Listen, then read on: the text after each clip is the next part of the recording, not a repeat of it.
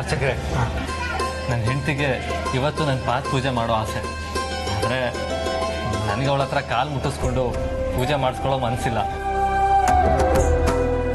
ನೀವೇನು ತಪ್ಪು ತಿಳ್ಕೊಳ್ಳಿಲ್ಲ ಅಂದರೆ ಭೀಮನ ಅಮಾವಾಸ್ಯೆಗೆ ಪಾದ ಪೂಜೆ ಬದಲು ಬೇರೆ ಯಾವುದಾದ್ರೂ ಪೂಜೆ ಇದೆಯಾ ಅಂತ ಹೇಳ್ತೀರಾ? ಖಂಡಿತ ಇದೆ. ಏನ್ ಅರ್ಚಕ್ರೆ?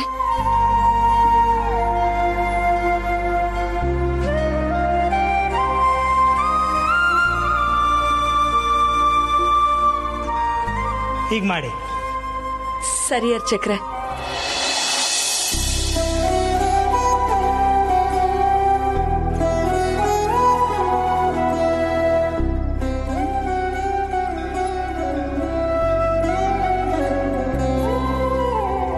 ಹರು, ಪ್ರತಿ ಆಚರಣೆ ಹಿಂದೆ ಒಂದೊಂದು ಕತೆ ಇರುತ್ತಂತೆ.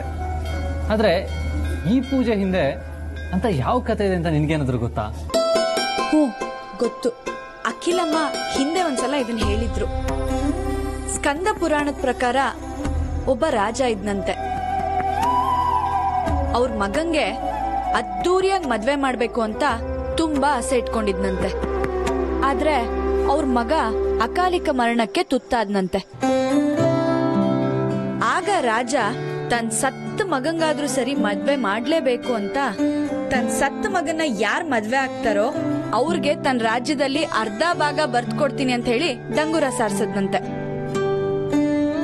ಅದೇ ಊರಲ್ಲಿದ್ದ ಒಬ್ಬ ಬಡ ಬ್ರಾಹ್ಮಣ ತನ್ ದೊಡ್ಡ ಮಗಳನ್ನ ಕೊಟ್ಟು ಮದ್ವೆ ಮಾಡೋದಕ್ಕೆ ಒಪ್ಕೊಂಡಂತೆ. ಇವತ್ ಹೇಗ ಅಮಾವಾಸ್ಯೆನೋ ಆವತ್ತು ಹಾಗೆ ಅಮಾವಾಸ್ಯೆ. ಆ ಬಡ ಬ್ರಾಹ್ಮಣನ್ ಮಗಳ ಜೊತೆ ಆ ಸತ್ತ ರಾಜನ್ ಮಗನ್ ಮದ್ವೆ ಅದ್ದೂರಿಯಾಗಿ ನಡೀತಂತೆ. ಆಮೇಲೆ ರಾಜನ್ ಮಗನ್ ದೇಹ ಸುಡೋದಿಕ್ಕೆ ಭಗೀರಥ ನದಿ ಹತ್ರ ತಗೊಂಡ್ ಹೋದ್ರಂತೆ. ಅಂತಿಮ ಸಿದ್ಧತೆಯಲ್ಲಿದ್ದಾಗ ಗುಡುಗು ಸಿಡಿಲಿನ ಜೊತೆಗೆ ಕುಂಭದ್ರೋಣ ಮಳೆ ಶುರುವಾಯ್ತಂತೆ. ಅಲ್ಲಿ ಜನ ಎಲ್ಲ ಹೆದರ್ಕೊಂಡು ರಾಜನ್ ಮಗನ್ ಸತ್ತ ದೇಹನ, ಹಾಗೆ ಅವನನ್ ಮದ್ವೆ ಆಗಿದ್ಲಲ್ಲ ಆ ಬಡ ಬ್ರಾಹ್ಮಣನ್ ಮಗಳು, ಅವರಿಬ್ಬರನ್ನು ಅಲ್ಲೇ ಬಿಟ್ಟು ಓಡ್ ಹೋದ್ರಂತೆ. ಆಗ ಸತ್ತ ಗಂಡಿನ ದೇಹದ ಜೊತೆ ಇದ್ದ ಆ ಹುಡುಗಿಗೆ ಅವತ್ತು ಜ್ಯೋತಿರ್ಭೀಮೇಶ್ವರ ವ್ರತ ಅಂತ ನೆನ್ಪಾಯ್ತಂತೆ. ಅಲ್ಲೇ ಇದ್ದ ಮರದ ಬೇರಿಂದ ಬತ್ತಿ ಮಾಡಿ ನೀರ್ ಹಾಕಿ ದೀಪ ಹಚ್ಚಿ ಪೂಜೆ ಮಾಡದ್ಲಂತೆ. ಹಾಗೆ ಪ್ರತಿ ವರ್ಷ ತನ್ನ ತಾಯಿ ಆ ವ್ರತ ಮಾಡ್ತಿದ್ದ ನೆನಪಾಗಿ ಅಲ್ಲೇ ಇದ್ದ ನದಿಲಿ ಸ್ನಾನ ಮಾಡಿ 2 ಮಣ್ಣಿನ ಹಣತೆ ಮಾಡಿ ಅಲ್ಲಿದ್ದ ಮರದ ಬೇರಿಂದ ಬತ್ತಿನ ತಯಾರಿಸಿ ನೀರ್ ಹಾಕಿ ಪೂಜೆ ಮಾಡದ್ಲಂತೆ. ಅವಳ ಭಕ್ತಿಗ್ ಮೆಚ್ಚಿ ಶಿವ ಪಾರ್ವತಿ ಇಬ್ರು ಪ್ರತ್ಯಕ್ಷ ಆಗಿ ನಿನಗೇನ್ ವರ ಬೇಕು ಅಂತ ಕೇಳು ಅಂದಾಗ ತನ್ ಸತ್ತಿರೋ ಗಂಡನ್ನ ಬದುಕ್ಸ್ಕೊಡಿ ಅಂತ ಕೇಳದ್ಲಂತೆ. ಆಗ ಶಿವ ಪಾರ್ವತಿ ಅಸ್ತು ಅಂತ ಆ ಸತ್ತ ರಾಜನ್ ಮಗನ್ನ ಬದುಕ್ಸಿದ್ರಂತೆ. ಅಬ್ಬಾ, ಈ ಪೂಜೆಯಿಂದ ಇಷ್ಟೊಂದು ಅದ್ಭುತವಾದ ಕತೆ ಇದೆ ಅಂತ ನನಗೆ ಗೊತ್ತೇ ಇರಲಿಲ್ಲ ಪಾರು.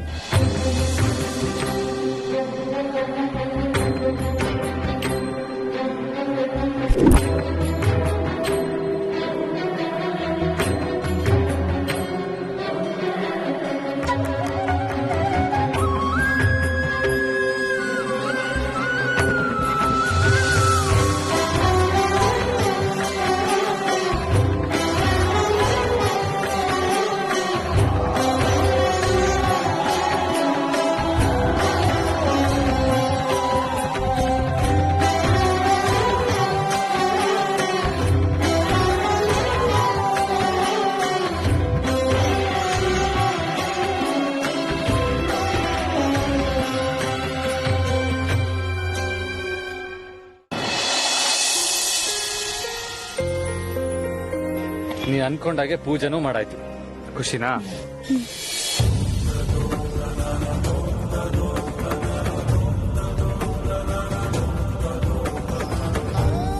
ಹಾರು, ಏನಾಯ್ತು?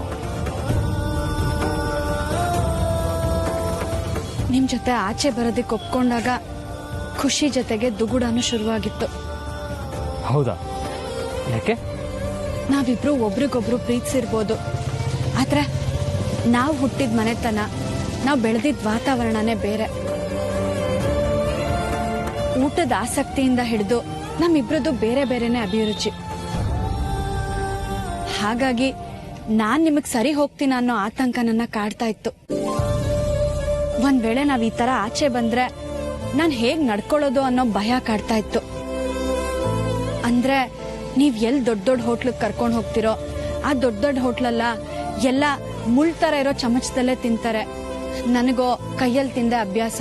ನಾನ್ ಆ ರೀತಿ ತಿನ್ನೋದನ್ನ ನೋಡಿ ಎಲ್ ನಗೆ ಪಾಟ್ಲಿಗೆ ಈಡಾಗ್ತೀನೇನೋ ಅನ್ನೋ ಭಯ ಕಾಡ್ತಿತ್ತು. ಇದಕ್ಕೂ ಮೊದ್ಲು ನೀವ್ ಹೊರಗೆ ಹೋಗೋಣ ಅಂತ ಹೇಳ್ತಿದ್ದಾಗೆಲ್ಲ ನಾನ್ ದೇವಸ್ಥಾನಕ್ಕೆ ಕರ್ಕೊಂಡ್ ಬರ್ತಿದ್ದು ಇದೇ ಭಯದ ಕಾರಣಕ್ಕೆ. ಆದ್ರೆ ಬೆಳಿಗ್ಗೆ ನೀವ್ ನನ್ನ ಇಲ್ಲಿ ಕರ್ಕೊಂಡ್ ಬಂದಾಗ್ಲಿಂದ ಎಷ್ಟು ಚೆನ್ನಾಗಿ ನೋಡ್ಕೊಂಡ್ರಿ. ಇಲ್ಲಿ ನಾನ್ ನಿಮ್ ಜೊತೆ ನಾನಾಗೆ ಸುತ್ತಾಡ್ದೆ.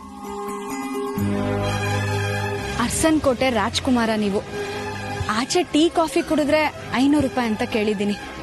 ಆದ್ರೆ ನಮ್ಮಿಬ್ರ ಮಧ್ಯೆ ಅಂತ ಅಂತರ ಬರ್ದೇ ಇರ್ಲಿ ಅಂತ ಫುಟ್ಪಾತ್ ಅಲ್ಲಿ ಸಿಗೋ 10 ರೂಪಾಯಿ ಬೊಂಬಾಯಿ ಮಿಠಾಯಿ ತಿಂದ್ರಿ. ಬೀದಿ ಬದಿಗ್ ಸಿಗೋ ಚಿತ್ರಾನ್ನ ನನ್ ಜೊತೆ ನಿಂತ್ಕೊಂಡ್ ತಿಂದ್ರಿ. ಯಾವಾಗ್ಲೂ ಕಾರಲ್ಲೇ ಓಡಾಡೋ ನೀವು ಇವತ್ ನನಗೋಸ್ಕರ ಸೈಕಲ್ ಅಲ್ಲಿ ನನ್ನನ್ನು ಕೂರಿಸ್ಕೊಂಡು ಮಾರ್ಕೆಟ್ ಎಲ್ಲ ಸುತ್ತಾಡ್ಸಿದ್ರಿ. ಇವತ್ ನನ್ ಚಪ್ಲಿ ಕಿತ್ತೋಯ್ತು. ಮನಸ್ ಮಾಡಿದ್ರೆ ನೀವ್ 1000 ರೂಪಾಯಿ ಚಪ್ಲಿನೇ ಕೊಡಿಸ್ಬೋದಾಗಿತ್ತು. ಆದ್ರೆ ನನಗ್ ಹುಟ್ಟಿದ ಮನೆ ಮೇಲೆ ತಾತ್ಸಾರ ಬರಬಾರ್ದು ಅಂತ ನಮ್ಮಪ್ಪ ಮಾಮೂಲಿ ಅಂಗಡಿಲ್ ಚಪ್ಲಿ ಕೊಡ್ಸೋ ಹಾಗೆ ನೀವು ಚಪ್ಲಿ ಕೊಡ್ಸಿದ್ರಿ. ಮನ್ಸ್ ಮಾಡಿದ್ರೆ ನೀವು ಚಿನ್ನದ ಬಳೆನೆ ಕೊಡ್ಸ್ಬೋದಾಗಿತ್ತು. ಆದ್ರೆ ನಾನ್ ಇಷ್ಟಪಡೋ ಹಸಿರು ಗಾಜಿನ ಬಳೆನೆ ನನ್ ಕೈಗೆ ತೊಡ್ಸಿದ್ರಿ. ಸಾಲದಕ್ಕೆ ಇವತ್ತು ಭೀಮ್ನ ಅಮಾವಾಸ್ಯೆ. ನಾನ್ ನಿಮ್ ಕಾಲ್ ತೊಳೆದು ಪೂಜೆ ಮಾಡ್ಬೇಕು ಅಂದ್ರೆ ನನ್ನಿಂದ ಸೇವೆ ಮಾಡಿಸ್ಕೋಬಾರ್ದು ಅನ್ನೋ ಒಳ್ಳೆ ಉದ್ದೇಶದಿಂದ ಮಣ್ಣಿನ ಮೂರ್ತಿ ಇಟ್ಟು ನನ್ ಜೊತೆ ಪೂಜೆ ಮಾಡಿದ್ರಿ. ನಾನ್ ನಿರೀಕ್ಷೆ ಮಾಡಿದಕ್ಕಿಂತ ಹೆಚ್ಚಿನ ಮಟ್ಟದಲ್ಲಿ ನೀವ್ ನನಗೆ ಖುಷಿನ ಕೊಟ್ರಿ ಯಜಮಾನ್ರೆ. ಮದ್ವೆ ಆದ್ಮೇಲೆ ನೀನು ಅರಸನ್ ಕೋಟೆ ಮಹಾರಾಣಿ. ಅದೇ ತರ ನಿನ್ನ ನಡೆಸ್ಕೊಳ್ಳೋದು ಸಂಪ್ರದಾಯ ಆಗ್ಬಿಡುತ್ತೆ. ಆದ್ರೆ ಅದಕ್ಕಿಂತ ಮುಂಚೆ ನೀನ್ ಹೇಳ್ದಾಗೆ ಹುಟ್ಟಿದ ಮನೆ ಬಗ್ಗೆ ನಿನ್ಗೆ ಯಾವತ್ತೂ ತಾತ್ಸಾರ ಬರಬಾರ್ದು. ಅಪ್ಪಿ ತಪ್ಪಿನೂ ನಿನ್ಗೆ ತವ್ರ ಮನೆ ಬಗ್ಗೆ ಕೀಳರ್ಮೆ ಬರೋದಕ್ಕೆ ಅವಕಾಶ ಮಾಡ್ಕೊಡ್ಬಾರ್ದು ಅಂತಾನೆ ನಾನು ಹೀಗೆ ಮಾಡಿದೆ. ಮದ್ವೆ ಆದ್ಮೇಲೆ ನಾನು ತುಂಬಾ ಬದಲಾಗ್ಬೇಕಾ ಯಜಮಾನ್ರೆ? ಅದ್ರಗತ್ಯ ಇಲ್ಲ. ನೀನ್ ಯಾವಾಗ್ಲೂ ಹೀಗೆ ಇದ್ರೆ ನನಗಿಷ್ಟ. ಹೆಣ್ಮಕ್ಳು ಯಾವಾಗ್ಲೂ ಸಿಂಪಲ್ ಆಗಿರ್ಬೇಕು. ಆದ್ರೆ ಒಂದು ವಿಷಯ ಬಿಟ್ಟು, ನೀನ್ ಯಾವಾಗ್ಲೂ ಹಾಕೋ ತರ ಮದ್ವೆ ಆದ್ಮೇಲೂ ಲಂಗ ಬ್ಲೌಸ್ ಹಾಕೊಂಡಿರ್ಬೇಡ. ಮತ್ ಯಾವ್ದೋ ಸ್ಕೂಲ್ಗೆ ಹೋಗ್ತಾ ಇರೋ ಹುಡುಗಿನ ಬಾಲ್ಯ ವಿವಾಹ ಆಗಿರೋ ಫೀಲಿಂಗ್ ಬಂದ್ಬಿಡುತ್ತೆ.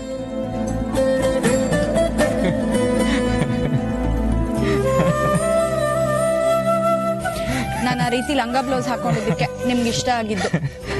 ಅದು ನಿಜಾನೇ. ಈ ಲಂಗ ಬ್ಲೌಸ್ನೆಲ್ಲ ಯಾರಿಗೂ ಕೊಡಕ್ ಹೋಗ್ಬಿಡ, ಎತ್ತಿಟ್ಕೊಂಡಿರು. ನನಗೆ ಮುಂದೆ ಯಾವಾಗಾದ್ರೂ ನಿನ್ನ ಮತ್ತೆ ಲಂಗ ಬ್ಲೌಸ್ ಅಲ್ಲಿ ನೋಡ್ಬೇಕು ಅಂತ ಅನಿಸ್ದಾಗ ಹಾಕೊಂಡ್ರಾಯ್ತು.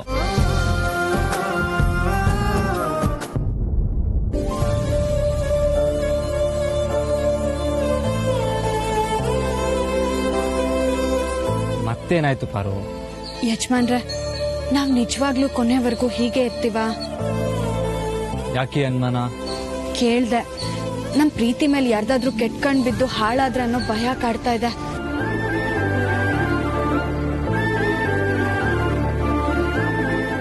ಮುಕ್ಕೋಟಿ ದೇವರ ಆಶೀರ್ವಾದ ನಮ್ಮ ಪ್ರೀತಿ ಮೇಲೆ ಇರ್ಬೇಕಾದ್ರೆ 2 ಕಣ್ಣಿನ ಕೆಟ್ಟ ದೃಷ್ಟಿಗೆ ನಮ್ಮನ್ನು ದೂರ ಮಾಡೋದಕ್ಕಾಗುತ್ತಾ?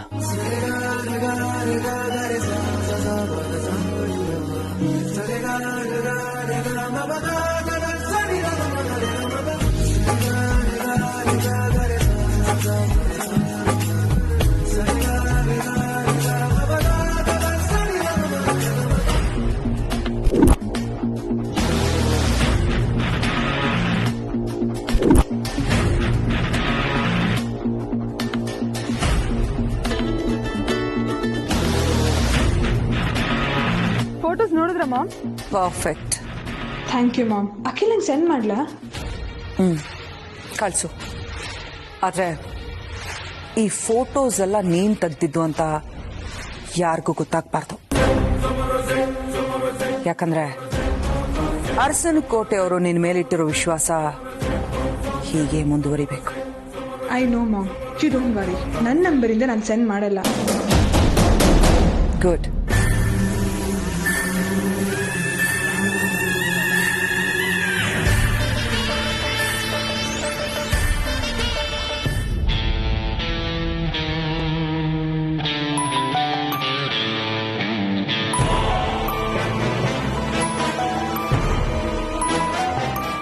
ಇಷ್ಟೊಂದು ಮೆಸೇಜಸ್ ಬರ್ತಾ ಇದೆ ನಿನ್ನ ಮೊಬೈಲ್ಗೆ. ಕೂತ್ಕೋ, ಏನೋ ಇಂಪಾರ್ಟೆಂಟ್ ಕೆಲಸ ಮಾಡ್ತಿದ್ದೇನೆ, ನೋಡ್ತೀನಿ ನಾನು.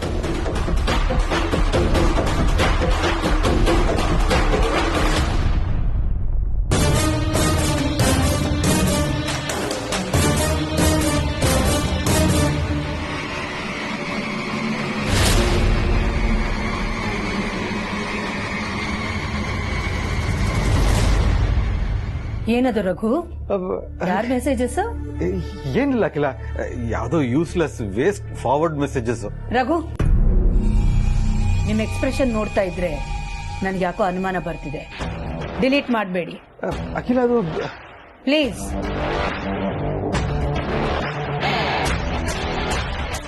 ಕೊಡಿ ರಘು. ಏನಿಲ್ಲ ಅಖಿಲ, ನಾನು ನೋಡ್ತೀನಿ. ಕೊಡಿ ರಘು.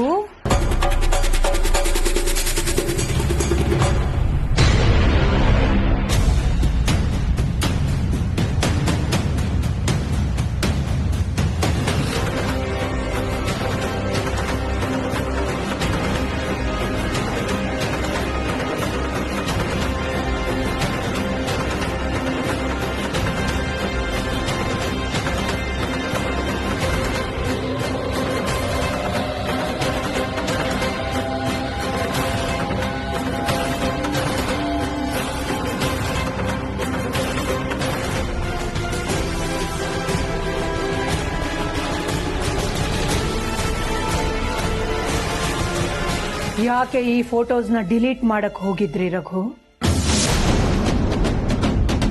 ಯಾಕೆ ಇದನ್ನ ಯಾವುದೋ ವೇಸ್ಟ್ ಮೆಸೇಜಸ್, ಫಾರ್ವರ್ಡ್ ಮೆಸೇಜಸ್ ಅಂತ ಹೇಳಿದ್ರಿ ರಘು? ನೀನು ಗಾಬರಿ ಮಾಡ್ಕೊಂಡು ಟೆನ್ಷನ್ ಆಗ್ತೀಯ ಅಂತ ಡಿಲೀಟ್ ಮಾಡಕ್ ಹೋದೆ ಅಷ್ಟೇ. ಹಾಗಾದ್ರೆ ಆದಿ ಪಾರು ಕೈಗೆ ಬಳೆ ತೊಡಸ್ತಾ ಇರೋದು ನಿಜ ಅಂದಾಗಾಯ್ತು.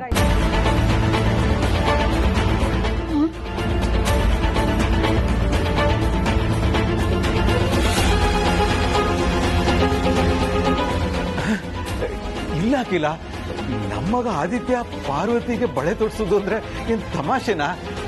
ಇದು ನಮ್ಮ ಮಾತಾ? ಇದು ಯಾರೋ ಬೇಕು ಅಂತ ಮಾಡಿದ್ದಾರೆ. ಅದೇ ಫೋಟೋಶಾಪು, ಗ್ರಾಫಿಕ್ಸ್, ಅದು ಇದು ಅಂತ ಏನೋ ಹೇಳ್ತಾರಲ್ಲ, ಹಾಗೆ ಮಾಡಿ ನಮ್ ಕಳಿಸಿದ್ದಾರೆ. ಆ ರೀತಿ ಕಳಿಸೋದಕ್ಕೆ ಕಾರಣ ಏನು? ಈ ಸುಳ್ಳನ್ನ ನಿಜ ಅಂತ ನಂಬಿಸಿ ನಮ್ಮ ಮನೆ ಮನಸ್ಸನ್ನ ಒಡೆಯೋ ಪ್ರಯತ್ನ. ಇದೊಂದು ಸಂಚು. ಯಾರು ಗೊತ್ತಿಲ್ಲ ಅಖಿಲ. ಯಾರೋ ನಮ್ಗೆ ಆಗದೆ ಇರೋರು ನಮ್ಮ ಮನೆತನ ಕೆಟ್ಟ ಹೆಸರು ಬರ್ಲಿ ಅಂತ ಹೀಗೆ ಮಾಡಿರ್ತಾರೆ ಅಷ್ಟೇ.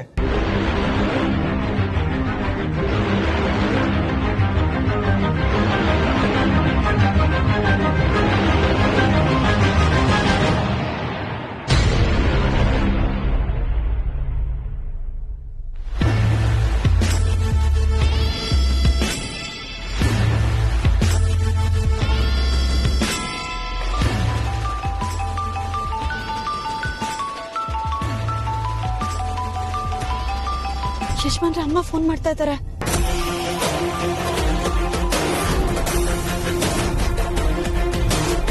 ಅಮ್ಮನ ನಿನ್ಗ್ಯಾಕೆ ಮಾಡ್ತಾ ಇದ್ದಾರೆ? ಮಾತಾಡು. ಏನಂತ ಮಾತಾಡ್ಲಿ ಯಶಮಾನ್ರೆ? ನನಗ್ ಭಯ ಆಗ್ತಿದೆ. ನಾವ್ ಹೊರಗಡೆ ಬಂದಿರೋದು ಅವ್ರಿಗೇನಾದ್ರು ಗೊತ್ತಾಗಿದ್ಯಾ? ನಾವು ಬಂದಿರೋದು ಅವ್ರಿಗೆ ಹೇಗೆ ಗೊತ್ತಾಗಕ್ ಸಾಧ್ಯ? ಏನೋ ಕೇಳೋದಕ್ಕೆ ಮಾಡಿರ್ತಾರೆ. ಮಾತಾಡು.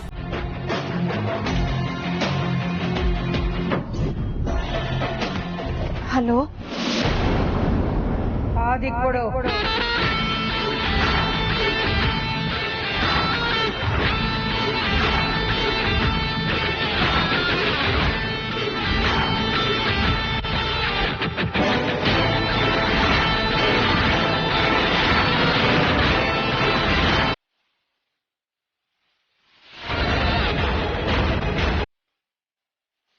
ಹಲೋ ಮಾ. ಎಲ್ಲೇ ಇದ್ರು ಕೂಡ್ಲೆ ಮನೆಗೆ ಬನ್ನಿ.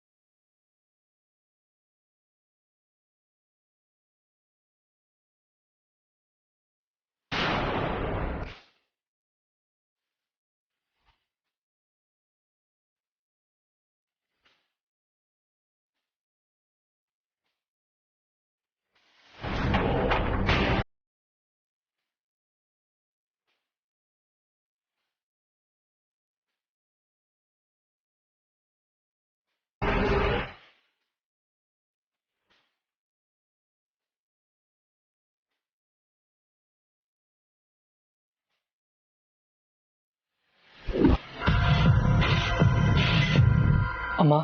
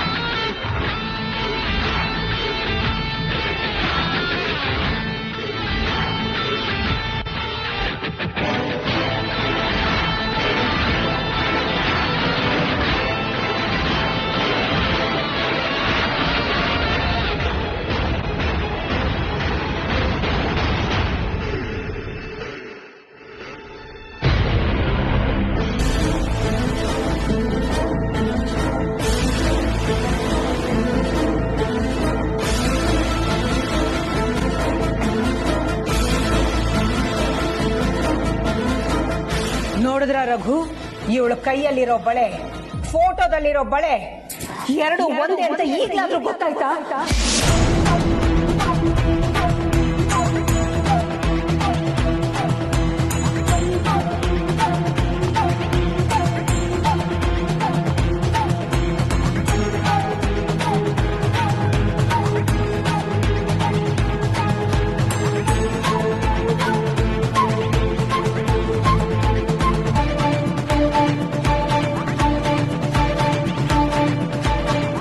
ನೀನ್ ರಜಾ ತಗೊಂಡಿದ್ದು ಇದಕ್ಕೇನಾ? ನನ್ನ ಮಗನ ಕೈಯಲ್ಲಿ ಬಳೆ ತೊಡಸ್ಕೊಳ್ಳೋದಕ್ಕೋಸ್ಕರ ಅವನನ್ನ ಜೊತೆಲಿ ಕರ್ಕೊಂಡು ಹೋಗಿದ್ಯಾ? ಇಲ್ಲ ಮುಚ್ಚು ಬಾಯ್.